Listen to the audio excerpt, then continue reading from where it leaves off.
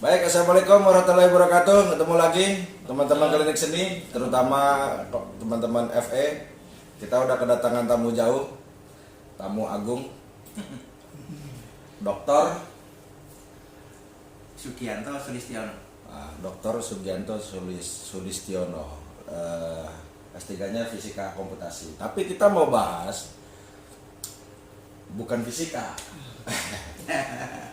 Apa plus meta gitu. Kita mau bahas khusyuknya sholat. Nah, kemarin ini lucu, saya tuh gak pernah kepikiran, Pak. Kenapa? Khusyuk itu bisa dibuat model persamaan matematikanya. Itu saya itu mind blowing banget. Nah, sekarang kita minta kesediaan Kita tagih ya. Dokter Sugi, kita tagih bagaimana sih bisa dibuat persamaan model matematikanya. Langsung aja Mas Sugi. Iya. Enggak, Mas. Assalamualaikum warahmatullahi wabarakatuh. Jadi ada banyak pertanyaan ya di kepala saya pada saat itu sebagai seorang fisika ketika mengamati tentang alam semesta. Orang fisika itu mengamati benda mati.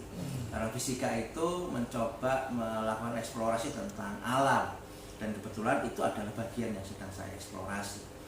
Dan kebetulan saya mengajar pemodelan fisika. Nah, kalau misalkan pemodelan itu hanya sekedar bagaimana alat dimodelkan, itu sudah biasa.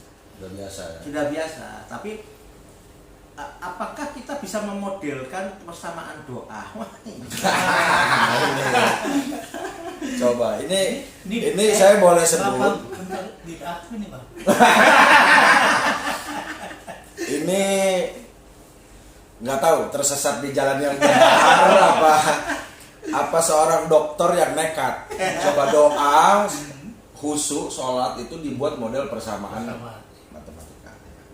Nah, coba sekarang banyak orang juga nanya Mas Sugi, sholat tuh bagaimana sih biar khusyuk gitu loh? Iya. Jadi khusyuk ini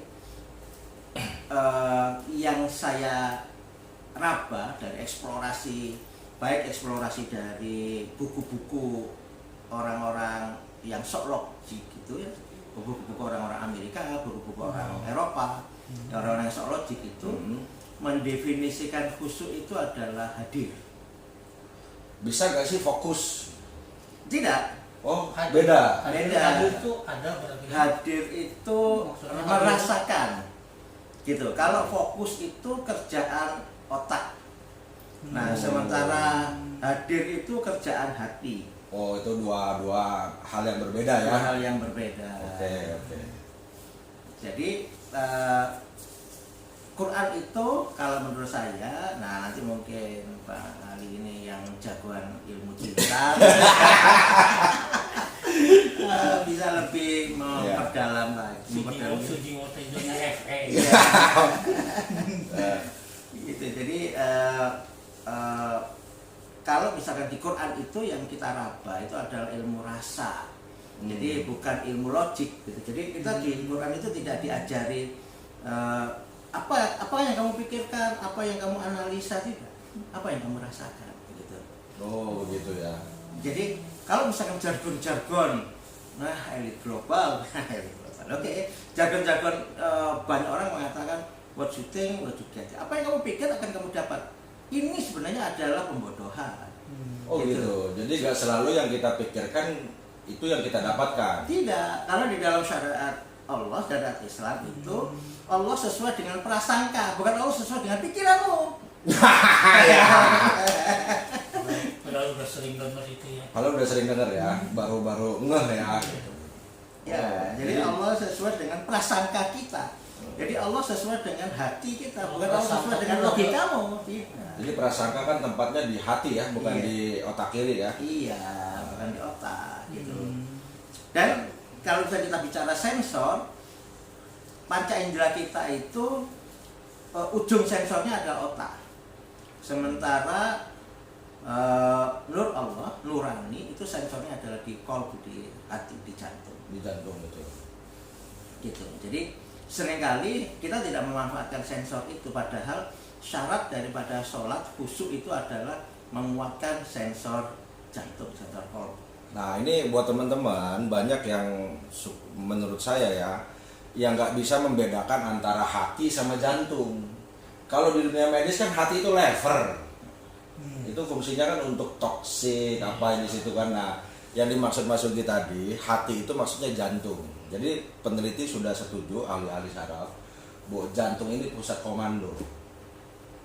Nah, silakan lanjut Mas Sugi penjelasannya. Ya, jadi memang menarik memang. Jadi hati itu memang pusat. Jadi di dalam dirimu ada segumpal darah. Apabila darah itu baik, maka baiklah semuanya. Apabila darah itu, segumpal darah itu buruk, maka buruk semua. Dan itu adalah jantung. Jadi jantung lah yang memompa darah kemana-mana. Begitu. Oke, device-nya adalah jantung. Kolbu kita itu device-nya adalah jantung. Dan ketika orang khusyuk itu menghadirkan jantung. Menghadirkan hati, menghadirkan device-nya, perangkatnya itu adalah jantung. Jadi kalau misalkan kita sholat itu kita harus turn off logic, kita harus mematikan logika kita. Caranya adalah, memang ini perlu latihan. Perlu latihan. Ya itu yang saya alami. Memang beberapa waktu ini saya sedang belajar. Jadi contohnya begini ya. Ketika kita minum, bismillah. Ya mohon maaf para pemirsa di channelnya. Jadi ketika kita minum saja, sering kali yang terjadi itu ketika kita minum ya minum saja. Tapi sebenarnya kalau kita minum dengan menggunakan hati, maka kita sebagaimana di hadis itu kita hanya boleh minum 2 teguk atau 3 teguk. Maksimal 3 teguk lah. Maksimal 3 teguk. Jangan kayak keledai atau gitu Pak. Ya, jadi dan ketika tegukan itu, sebelum tegukan itu baca bismillah, setelah tegukan itu baca alhamdulillah. Tegukan berikutnya, misalkan setelah kita meneguh lagi itu baca bismillah lagi. Itu yang saya raba ya. Saya bukan orang ahli fikih, gitu. Monggo nanti Bang Ali nih ya ahli fikih, ini orang pesantren itu pesantren gila. Setiap aktivitas tuh mesti dirasani gitu. Dirasakan. Jadi bismillah.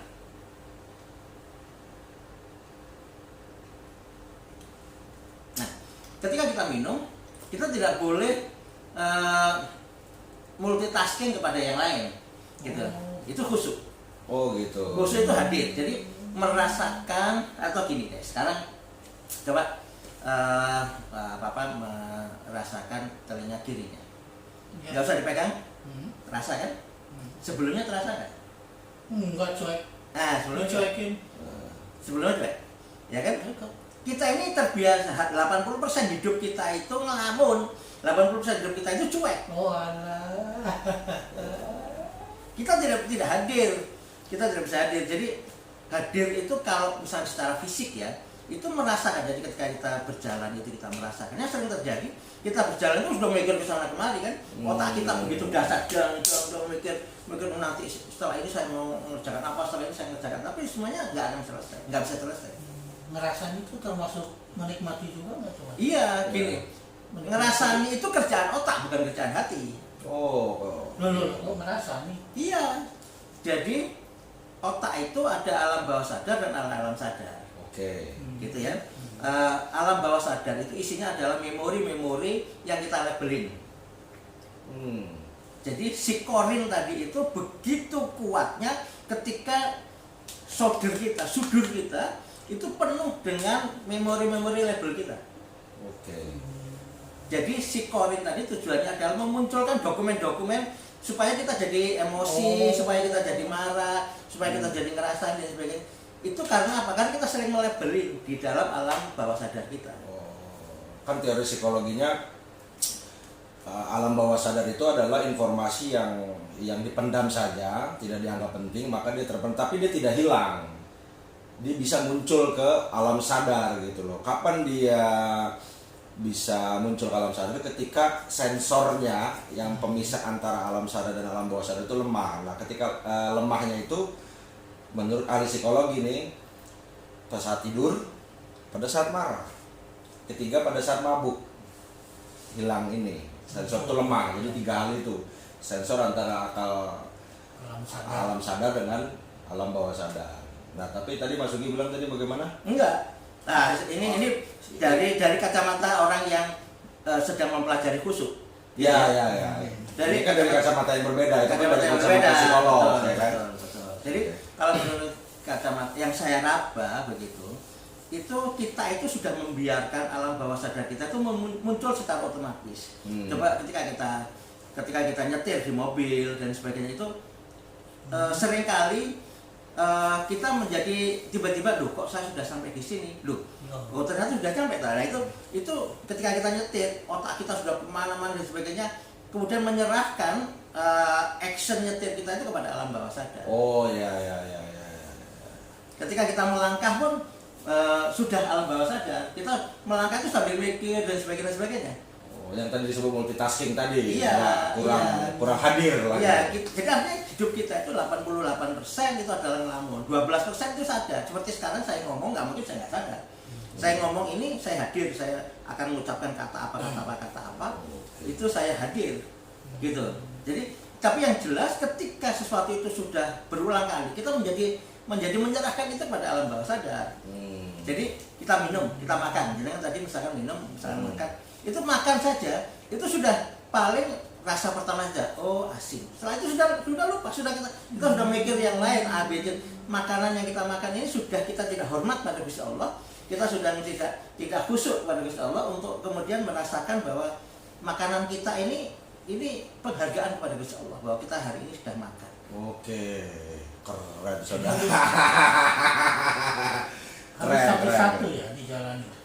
Iya, dan kita itu dicepoi begitu luar biasa bahwa sekolah itu IQ-nya berapa, bukan IQ yang penting. Ada IQ, EQ, SQ. ada SQ. Ilmiah. Oh ilmiah, udah masuk jurnal ilmiah, ada IQ, EQ, ada SQ. Jadi itu udah masuk ilmiah. Ya. Jadi ini maksudnya SQ berarti ya? Ya. Maksudnya. Jadi EQ dan SQ itu seringkali dihambat untuk supaya kita selalu berada di IQ. Kenapa kita selalu berada di IQ? Ketika kita berada di IQ, itu kita tidak menggunakan perasaan dan kita tidak bisa. Jadi gini, SQ itu EQ itu adalah bagaimana kita menggunakan nurani, gitu. Tapi kalau SQ bagaimana kita kontak pada berbisik setiap kali sedikit remeh-temeh kita yang berbisik pada Gusti Allah. Misalnya kita makan, subhanallah, ini kok asin ya Allah, nikmat sekali. Kita selalu berbisik. Itu sudah masuk ranah SQ. SQ itu bukan berarti pelajaran fikih, tidak. Ya SQ itu kalau kita sederhanakan mungkin begini kali ya, itu bentuk komunikasi kita kepada Tuhan. SQ itu. Dre, kamu tuh kalau yang begini-begini nyebutnya lebay tuh, Dre. Kalau kita ngomongin begini, lebay ya. Ya, kaitannya sama sholat nih, bagaimana nih Mas Ugi? Kan kadang kalau teman-teman nanya, ya sholat sih sholat. Katanya sholat itu mencegah perbuatan keji dan mungkar. Tapi kok ada orang sholat tapi masih berbuat keji dan mungkar gitu. Nah ini katanya ulama-ulama, mayoritas ulama mengatakan nggak khusyuk berarti sholatnya, atau ada yang salah dengan sholatnya. Nah, dipandang dari kacamata khusyuk tadi itu bagaimana hubungannya? Coba kita lihat di Al-Baqarah 45-46 ya. Masa ini bisa beri masalah gitu. Jadi jadikanlah sabar dan sholat itu sebagai penolongmu, dan itu hanya bisa dilakukan oleh orang yang khusyuk. Ini berat dan hanya bisa dilakukan oleh orang yang khusyuk. Artinya kalau kita tidak khusyuk itu kembali konotasinya adalah hadir. Khusyuk itu hadir. Bukan fokus, karena fokus itu kerjaan otak.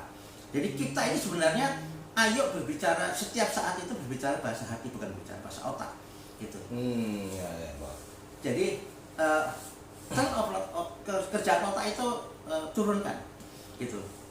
Apakah kita dengan menurunkan kerjaan otak kita menjadi khusyuk? Oh iya jelas. Khusyuk itu kerjaan hati, bukan kerjaan otak. Jadi ketika kita sholat, ketika kita makan pun harus khusyuk. Ketika kita jalan pun kita harus khusyuk. Ketika kita nyetir pun kita harus khusyuk, apalagi dengan sholat. Gitu. Karena kalau misalnya kita terbiasa tidak khusyuk, kita terbiasa melalaikan makan itu, kita tidak merasakan hadirnya rasa makanan, kita tidak merasakan setiap tegukan. Kemudian rasa-rasa, misalkan saya sering melatih ya pada teman-teman di sekitar saya. Ketika makan rasakan ini ada bumbu apa.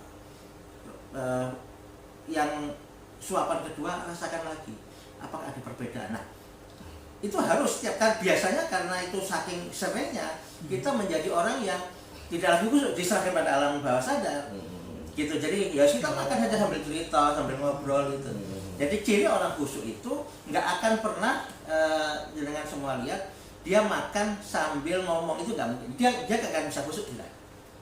Ketika makan sambil ngomong, maka dia jelas dia khusyuk. Karena di area itu saja dia nggak khusyuk. Apalagi sholat. Ketika sholat kita sudah benar-benar pingin menghadiri, kita pingin ihsan, khusyuk itu ihsan ya. Khusyuk itu hadir, itu ihsan. Merasakan Allah atau kita merasa dilihat Allah. Nah, bagaimana kita merasakan Allah? Kita terbiasa untuk melalaikan itu. Gitu. Jadi definisi khusyuk itu hadir. Jadi turn off gitu. Latihannya dimulai dengan hal-hal kecil ya? Iya, latihannya. Jadi makannya makan, betul. harus dinikmati apa Iya, dirasakan. Itu kalau misalkan khusyuk saja. Tapi kalau misalkan ihsan, makan itu berbisik dengan Allah, ngobrol dengan Allah. Setiap makanan, setiap dunia berbisik dengan Allah. Nah, bagaimana dengan mencegah perbuatan keji dan munkar? Kalau misalkan setiap aktivitas kita berbisik dengan Allah, mana mungkin kita itu kemudian mencuri? Ya Allah, aku ingin mencuri. Ya nggak mungkin. Nggak mungkin lah. Langsung konslet. Jangan kan begitu. Coba ya, coba. Oh, ini sudah saya sering melakukan eksperimen.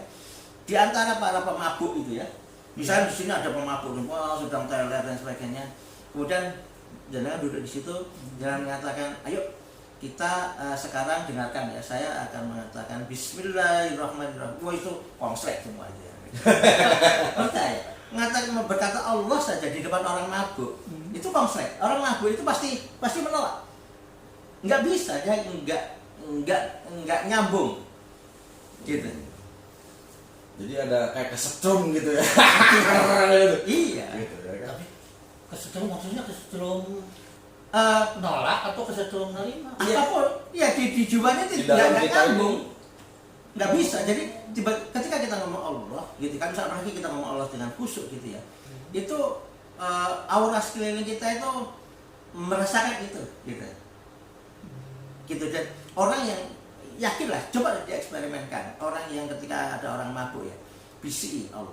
Lalu gak nyambung, dia merasa panas, dia merasa meskipun bukan panas kebakaran dan sebagainya, hatinya itu nggak nyambung. Gitu ya. Iya. Nah itu makanya bagaimana misalkan saya ingin korupsi ya, saya mengambil. Ya Allah, ini kok uangnya banyak ya, tak ambil ya. Tidak mungkin kita berbisik pada Allah dengan suatu hal yang begitu. Sekarang kita lebih mendalam lagi soal khusyuk dan sholat. Tadi ayatnya menarik. Wasta'inu bisobri wasolah. Mintalah pertolongan, medianya sobar, sholat. Syaratnya khusyuk.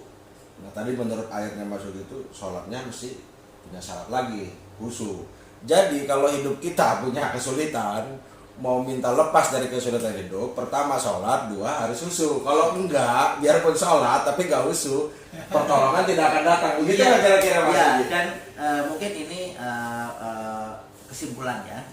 Kesimpulan. Jadi yang saya explore, alam, tapi sekali lagi saya bukan orang ahli fikih, saya hanya sekedar pembelajar bahwa Allah itu sudah memberikan jawaban sebelum kita berdoa. Oke. Ya. Sebelum kita berdoa, apapun doa kita. Gitu. Jadi kalau kita ingin sukses, kalau kita ingin sehat, oke, kita bicara sukses dulu. Itu yang lebih seksi dibandingkan. Kalau kita ingin dapat uang, kalau misalnya kita ingin dapat kesuksesan, kelancaran dan sebagainya, kalau misalnya kita melakukan tender proyek begitu, maka kita berdoa kepada Allah. Ya Allah, jadikan saya menang. Ya Allah, jadikan hari ini saya bisa mendapatkan 10 juta. Ya Allah, hari ini ada keluarga saya yang sedang sakit. Berikan saya uang untuk bisa menebus itu. Nah, oke. Ketika kita berdoa ini, jawaban Allah sudah ada sebenarnya. Cuma sudah ada, apapun itu.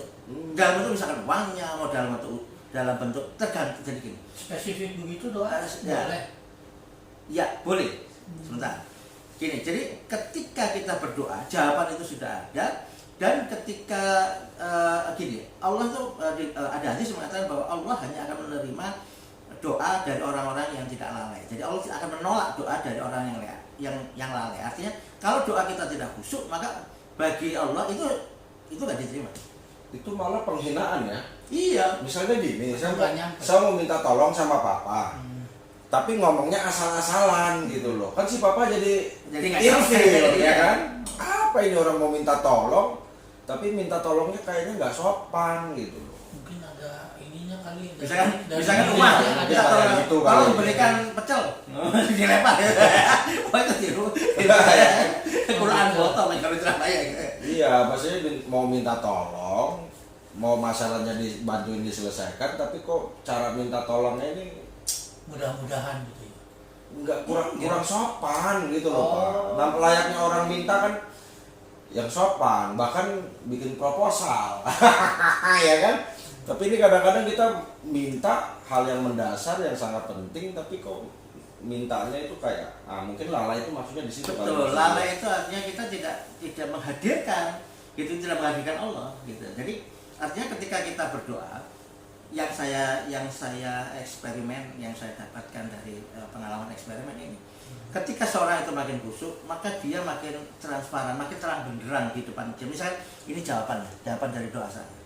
Ketika saya nggak khusyuk, maka ini gelap gulita. Walaupun Oke. udah berdoa ya, Iya. tapi nggak ada. Ketika kita nggak khusyuk, apalagi kalau kita salah-salah gitu, bos malah jauh. Artinya kita nggak bisa meraba bahwa sebenarnya jawaban itu ada di depan kita. Jadi kalau misalkan memang kita makin khusyuk, makin terang, oh itu jawabannya. Padahal sholat itu juga artinya doa. Doa. Minta, Iya. artinya minta juga Pak itu sholat itu Iya. secara Sama khusyuk. etimologis ya. Tadi khusyuk itu nurunkan Teknologi. logika itu tuh. Iya. Jadi khusyuk itu otak kita sebaiknya pada posisi alfa sampai theta, 3 sampai 7 Hz. Jadi kalau kita sekarang ngobrol itu otak kita sudah radang gitu. Ini gelombangnya beta maupun high beta, mungkin dokumen ada rumus Nah, itu beta. Oh. Jadi ketika kita sholat, jadi keberhasilan, kesuksesan itu bahasa hati. Kesuksesan itu bukan bahasa logik. Oke. Jadi seperti saya kembali ke statement tadi ya, bahwa apa yang kamu pikirkan itu adalah yang kamu dapat, itu salah. Islam mengajarkan bahwa apa yang kamu rasa itu yang terjadi. Apa yang kamu anggap kepada Allah itu yang terjadi, bukan apa yang kamu pikirkan. Oke. Gitu. Jadi ketika kita ingin sukses, gunakan nurani. Mulai gunakan hati, teman-teman. Mulai menikmati proses setiap gigitan kue, setiap tegukan air. Mungkin instrumennya syukur kali ya, Iya. Mas Ugi ya. Iya. Tidak ada pilihan lain. Kita itu syukur setiap saat kepada Allah. Artinya hadir menghadiri Allah. Hadir kepada Allah itu apa? Kita sudah diberi apa saja. Kita diberi hidup saja, itu artinya sudah syukur. Oke. Jadi artinya begini sederhananya sebenarnya sebagai closing. Ini semua kan milik Allah ya. Jadi mau menikmati fasilitas dari Allah izin dulu. Bismillah. Setelah pakainya juga harus beradab, harus ada sopan santun, habis nikmati fasilitasnya. Alhamdulillah, bersyukur, artinya itu proses kita bersyukur, masuknya tadi di khusyuk gitu. Ada kesimpulan lain Pak? Kalau di apa tuh? Yang mau disampaikan? Di Face kan ada Bapak bikin itu soal adab lebih penting, lebih ada daripada ilmu. Jadi itu benar ya secara. Iya. Islam itu mengajarkan bahasa hati. Gitu. Jadi bukan kalau logika itu individualistis. Jadi ketika kita menggunakan terbiasa menggunakan otak, maka kita itu adalah orang individualistis. Islam itu mengajarkan berbagi. Itu sudah menggunakan hati. Nggak bisa berbagi dengan menggunakan otak. Nggak bisa. Jadi kira-kira teman-teman, buat teman-teman terakhir nih, kalau biar khusyuk ini apa aja nih? Mulai sekarang mah diganti frame berpikir itunya. Jangan gunakan otakmu, gunakan hatimu. Iya. Dan buktikan ya dalam 3 hari ini, kalau bisa misalkan atau dalam seminggu ini 3 hari saja. Gunakan setiap minum itu khusyuk, setiap makan khusyuk, setiap sholat khusyuk. Nanti apa yang terjadi? Hadiah apa yang terjadi? Silakan tulis di komentar. Oke. 3 hari, bro. Mas Ugi minta 3 hari. Sebenarnya Nabi Muhammad udah ngajarin, Pak. Bahkan Gimana tuh? ulama juga udah ngasih tahu kuncinya, Pak. Sebelum azan udah duduk di masjid, Iya. sholat sunnah, sholat berjamaah, sholat sunnah lagi ba'diyah, berdoa, dan itu dilakukan selama 40 hari. Kata Nabi Muhammad, barang siapa mampu mengerjakan ini 40 hari tanpa ketinggalan takbir pertama sholat berjamaah, maka dia dijamin masuk surga. Hadisnya begitu. Dan bukan hanya sholat itu bukan hanya urusan akhirat. Dunia juga ya. Iya. Buktikan bahwa siapapun yang melihat video ini, buktikan bahwa Anda akan sukses dengan cara sholat. Oke. Sholat yang khusyuk. Sholat ya. Oke, terima kasih kepada narasumber yang sangat keren, bukan cukup lagi, sangat keren. Keren banget. Dr. Sugianto Sulistiono sama ini dalangnya Fest ini dalangnya. Oke, demikian bincang-bincang kita tentang kunci sukses itu diraih lewat sholat yang khusyuk. Sampai ketemu lagi dengan tema-tema yang menarik berikutnya. Assalamualaikum warahmatullahi wabarakatuh. See you. Waalaikumsalam.